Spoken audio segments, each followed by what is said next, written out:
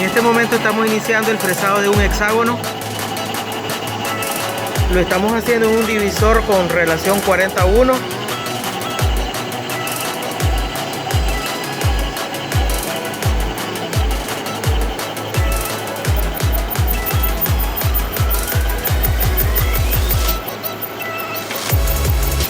Y lo estamos haciendo con el método directo. Este divisor trae en la nariz del lucillo principal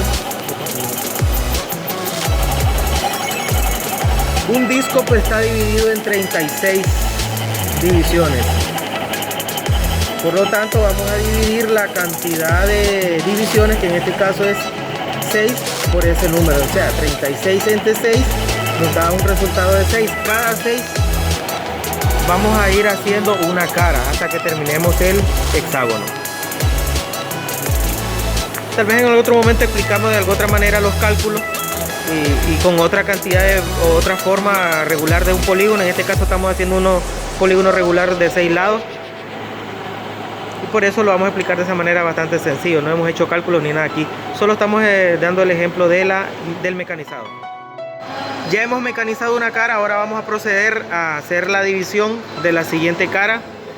Según el cálculo nos había dado de que íbamos a hacer el recorrido hasta lograr avanzar 6 divisiones, la división número 6.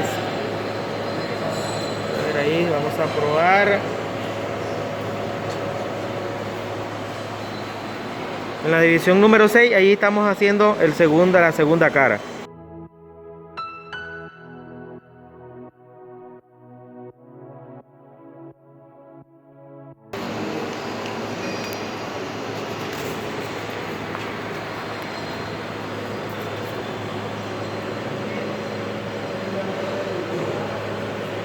Esta es la quinta división. Sí. Okay.